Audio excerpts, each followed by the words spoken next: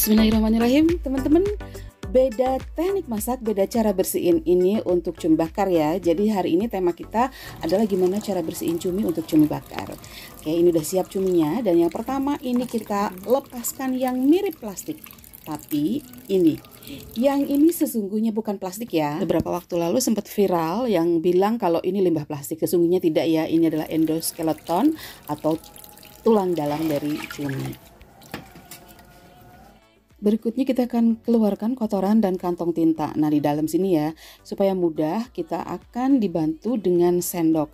Jadi masukkan aja sendoknya, kemudian tarik sedikit dan teman-teman bisa lihat ini langsung keluar kantong tinta juga kotorannya. Jadi tinggal tarik aja, dibersihkan seperti ini karena pada prinsipnya ini membersihkan cumi tanpa melepas kepalanya. Kalau melepas kepala kan gampang ya ngebersihinnya. Nah, sementara sekarang kita ingin ngebersihin cumi tanpa melepas kepala supaya nanti cantik gitu ya ketika dibakar. Oke, sekarang tabungnya ini bolak-balik aja diisi kemudian ditumpahkan supaya benar-benar bersih. Ini juga bisa dibantu pakai sendok. Kemudian ini bagian kumis-kumisnya ya, apa sih kok kumisnya. Nah, ini bagian mulutnya kayak paruh, ada paruhnya tuh dibuang. Terus bagian-bagian yang keras di sekitar sini kerasa kepegang gitu, itu juga dibersihkan. Oke teman-teman, ini tinggal sekarang kita bersihkan kulit bagian luar. Ini selera ya. Teman-teman ada yang suka putih bersih gitu, maka ini dikuliti seperti ini. Dikelentek ya, atau kata orang Jawa dikelenteki kayak gini sampai benar-benar putih. Tapi sebagian orang ada juga yang suka dengan lapisan ini hingga dibiarkan aja tanpa harus mengulitinya.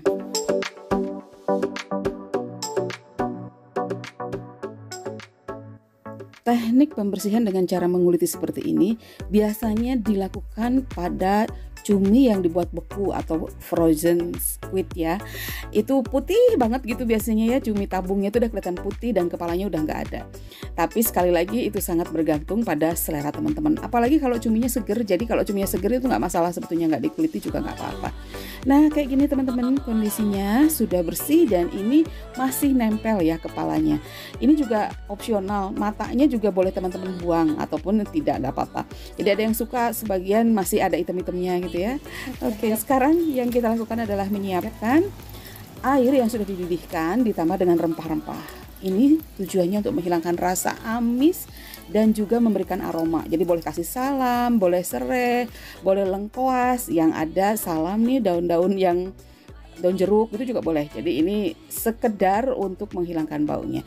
Oke, ini proses blansir namanya. Jadi blansir itu nggak pakai lama.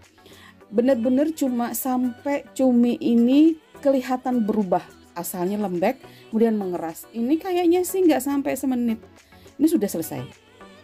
Kalau sudah berubah kayak gini, dari aspek wujud yang tadinya lembek kemudian jadi kayak mengeras begini, juga warnanya juga udah beda kelihatan, ya udah cukup kita hentikan proses blansirnya. Ya sebelum diangkat dicek lagi kalau ada bagian yang masih belum mengeras, itu dibalik-balik aja kayak gini, dibalik-balik sampai kelihatan rata ya tingkat pengerasannya. Kalau sudah rata berarti prosesnya sudah bisa kita hentikan. Wah ya, ini kita buang airnya. Bismillahirrahmanirrahim. Bismillah.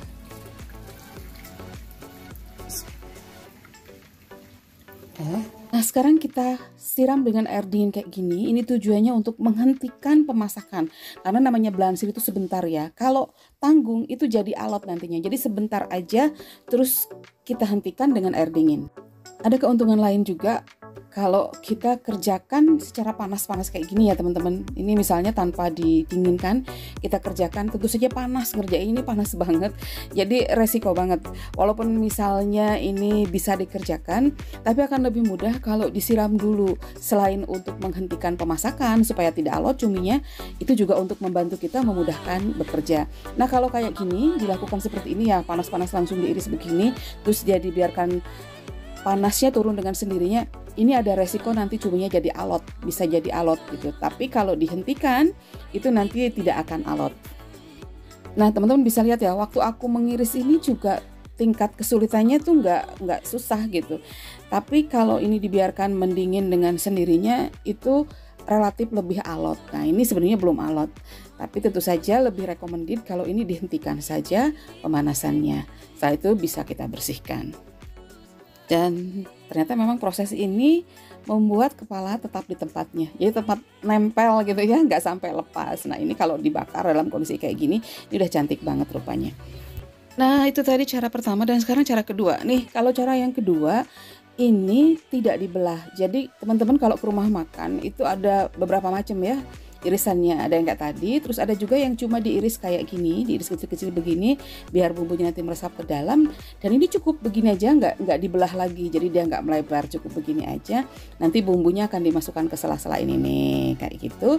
Sehingga nanti sama aja sih bumbunya bisa meresap. Ini juga selera teman-teman mau seperti apa, mau seperti ini, dibuat kayak gini lebih cepat matangnya, atau dibuat seperti yang di sebelahnya. Ini biasanya proses pemanggangannya agak lama ya, apalagi kalau misalnya ingin bagian dalamnya itu tidak terlalu basah.